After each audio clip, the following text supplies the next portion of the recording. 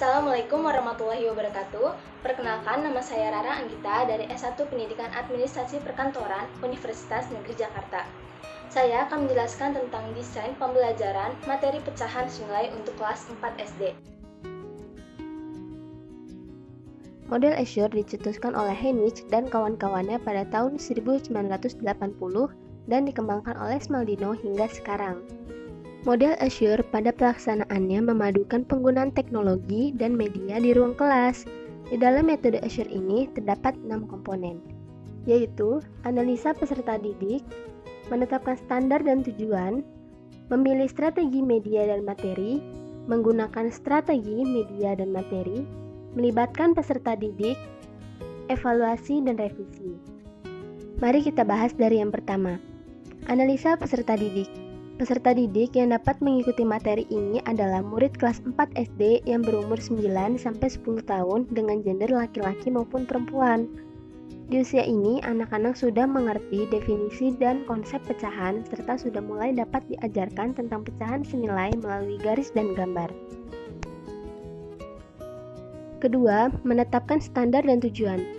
Tujuan dari pembelajaran materi ini adalah agar murid dapat memahami pecahan senilai dan menerapkannya di kehidupan sehari-hari.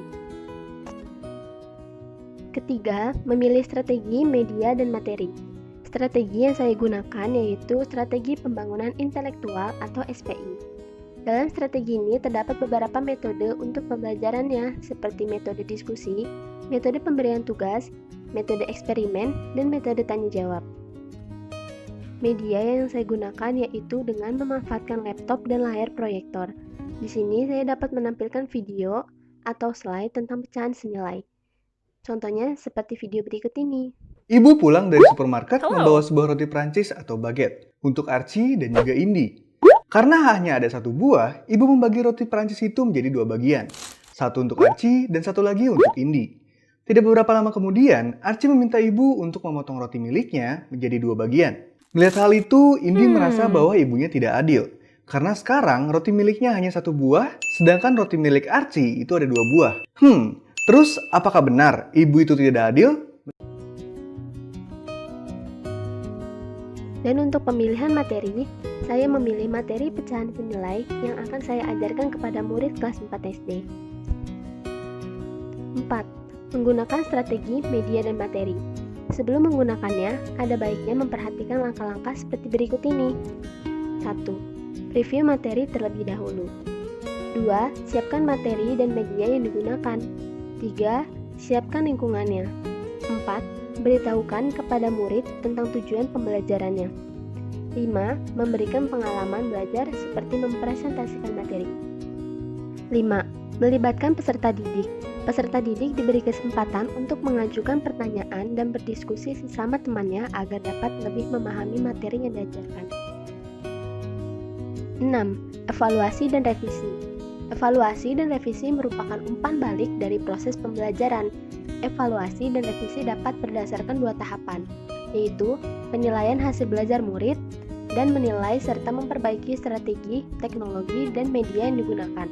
Untuk penilaian hasil belajar murid, kita dapat memperolehnya dari tugas di sekolah, tugas di rumah, maupun hasil ulangan. Desain ruangan yang saya gunakan yaitu desain tempat duduk model O dan model berhadapan.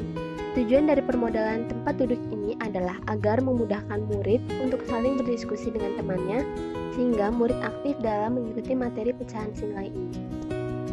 Pola pembelajaran. Pola pembelajaran yang saya gunakan yaitu metode tanya jawab.